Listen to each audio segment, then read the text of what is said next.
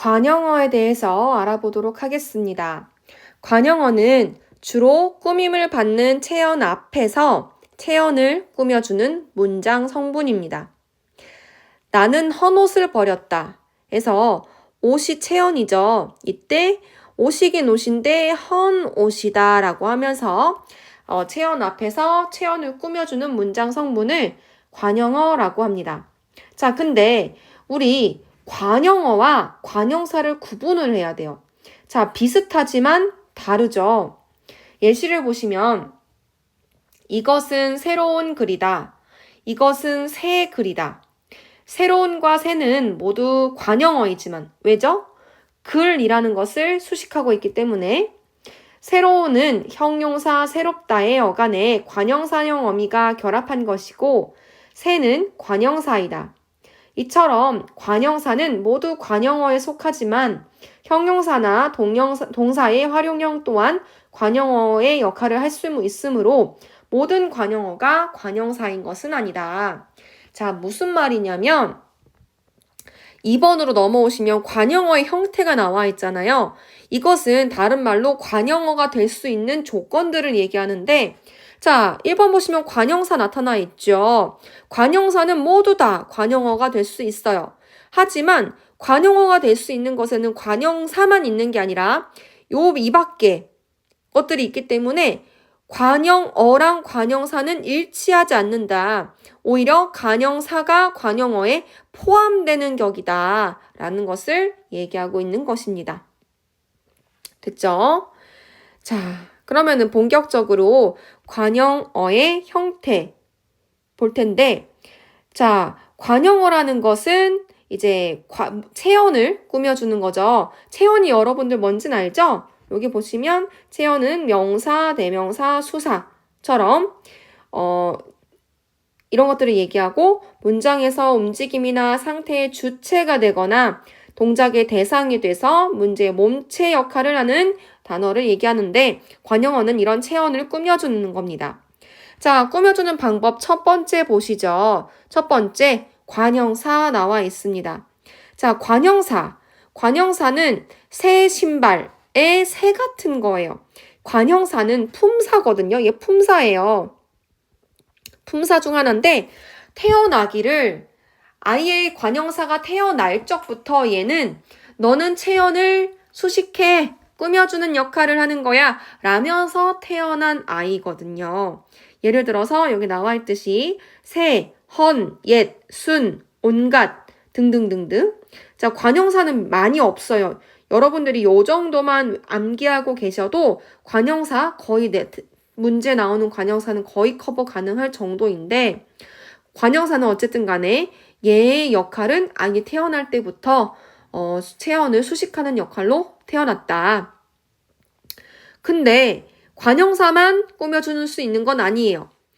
두 번째, 체언에 관형격 조사 의가 붙어도 관형어가 될 수 있습니다.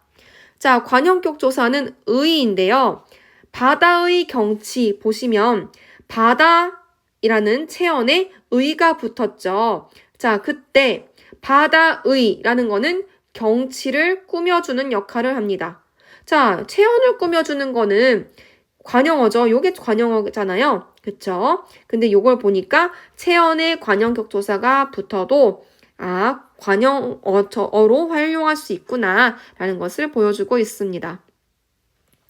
세 번째, 체언 그 자체만으로 관형격 조사가 생략이 되어도 체언이 체언을 수식할 수 있는 경우가 있어요. 거의 한정적인데 시골 학교, 예를 들어서 기린 그림, 사과 그림, 그치 이런 것들 체언과 체언의 나열인데 이 앞에 오는 체언이 뒤에 오는 체언을 관형격 조사 없이도 생략이 가능한 수식이 가능한 경우가 있습니다. 그 경우를 얘기하는 거고요. 4번 용언 어간에 관형사형 어미 는, 니은, 던 이런 것들이 붙는 걸 얘기합니다. 자, 용언 우리 뭐였죠? 네, 4번을 보시면 동사, 형용사임을 알 수가 있어요. 자, 동사, 형용사 얘네들은 이제 동사 같은 경우는 대상의 움직임을 나타내고 형용사 같은 경우는 상태나 성질을 서술하는 역할을 하는 건데 용언의 특징 중 하나가 활용을 한다고 하는 거였죠. 자, 이 활용이라는 거는 뭐냐면 이제 형태가 변하는 걸 얘기하는데 그 중에서 형태가 변하지 않는 부분을 어간이라고 했고 형태가 변하는 부분을 어미라고 했어요. 그쵸? 예를 들어서 먹다, 먹고, 먹지만 이런 것들 했을 때 이 변하지 않는 먹은 어간인 거고 변하는 다고지만은 어미라고 한다 그랬어요. 자, 근데 이때 어간 먹에다가 관형사형 어미 니은, 는, 던 이런 애들이 붙으면 이 빵을 먹는 사람이 없다처럼 사람이라는 체언을 꾸며줄 수 있다는 거죠. 이게 지금 아까 이 1번에서 말한 예랑 같은데요. 지금 새로운, 새는 모두 글을 수식하고 있지만 전혀 다르다라고 했어요. 새로운 같은 경우는 새롭다라는 형용사에 은이 붙은 거거든요. 니은. 근데 이 롭 같은 경우는 활용할 때 바뀌어요, 형태가. 그래서 새로운이 된 거고 얘는 분석을 해보면은 형용사의 어간에 관형사형 어미가 결합한 형태여서 관형어가 된 것이지 아예 처음부터 관형어로 태어난 새와는 다르다는 거죠. 그랬을 때 이 관형사형 어미가 뭐냐? 용언인데 용언은 문장에서 서술하는 역할을 하잖아요. 근데 용언이 나 지금 문장에서 체온을 꾸며주는 역할을 하고 싶어. 어떻게 도와줄 수 있는 사람이 없을까? 라고 했을 때 관형사형 어미가 그래? 그럼 내가 도와줄게. 내가 문장에서 너랑 결합하면 문장에서 네가 서술하지 않고 마치 관형어처럼 체온을 꾸며주게 하는 역할을 할 수가 있어. 하는 거예요. 그래서 관형사형어미는 그렇게 도와주는 애다. 종류는 이거 3개만 있는 게 아니라 더 여러 가지가 있는데 일단은 요렇게 요 정도만 알고 갑시다. 5번째, 체언에 서술격 조사 이다가 붙은 것에 관형사형을 얘기해요. 자, 5번을 보시면 서술격 조사 이다에 대한 설명이 나오는데 서술격 조사 이다는 다른 조사와 달리 문장에 쓰일 때 형태가 변한다 라고 해서 우리 가변어에 포함시키기로 했었죠. 이다의 어간인 이에 어미 리을이나 니은이 붙으면 뒤에 오는 명사를 꾸며준다. 자, 이때 관형사형을 만들어주는 거는 이제 관형사형 어미처럼 활용하는 애들이 붙는 건데 예를 들어서 대학생인 형은 키가 크다라고 해서 대학생, 정확히 말하면 대학생이란 체언에 이제 서술격 조사 이가 붙고 거기에다가 관형사형 어미처럼 만들어주는 니은이 붙은 형태라고 할 수 있겠습니다.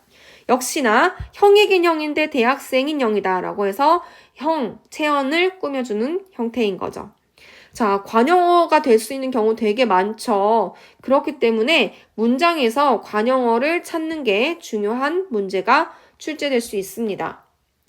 자, 3번째, 관형사의 특징 나오는데 체언 없이 단독으로 쓰일 수 없고 꾸밈을 받는 체언 앞에만 온다. 이거 마치 관형사의 특징하고 비슷하죠. 예를 들어서 나는 헌 신발을 버렸다 라고 되어 있는데 신발이라는 체언 없이 단독으로 나는 헌 버렸다 이렇게 쓸 수 없다는 거죠.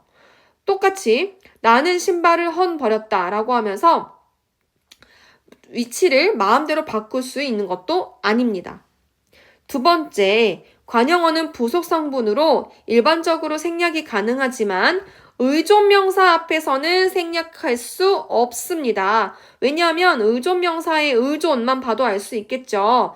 원래 명사는 기본적으로 독립적으로 이제 혼자 쓰일 수 있는 그런 성분이긴 하지만 의존명사는 의존한다는 특징이 있어요. 반드시 앞에 꾸며주는 말이 와야 되기 때문에 관형어는 있어도 되고 없어도 되는 원래 그런 특징을 가지고 있지만 의존명사 앞에서는 반드시 있어야 되는 의존명사에 한해서 그런 특징을 가지고 있습니다.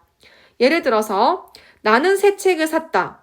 나는 책을 샀다. 말 되죠. 원래 새는 관용어 새는 있어도 되고 없어도 되는 거예요. 있으면 의미가 더해지겠지만 없어도 문장이 성립이 안 되는 건 아니라는 거죠. 근데 저 운동화는 새 것이다 와 같이 지금 여기 의존명사 것이 쓰였잖아요. 이 것 앞에는 반드시 꾸며주는 말이 필요하기 때문에 이때 관형사는 생략할 수가 없어요. 저 운동화는 것이다. 말이 아주 이상하죠? 생략할 수 없다는 것입니다. 3번 여러 관형어가 연달아 쓰여 하나의 체언을 꾸며줄 수 있다. 그 새 책은 나의 것이다. 자, 그도 책을 꾸며주고 새도 책을 꾸며줄 수 있습니다. 가능하다는 얘기를 말하고 있고요. 자, 관형어에서 가장 중요한 것은 어떻게 관형어가 만들어지느냐에 대한 거기 때문에 이 부분 꼭 이것들을 기억하시고 암기하셨으면 좋겠습니다.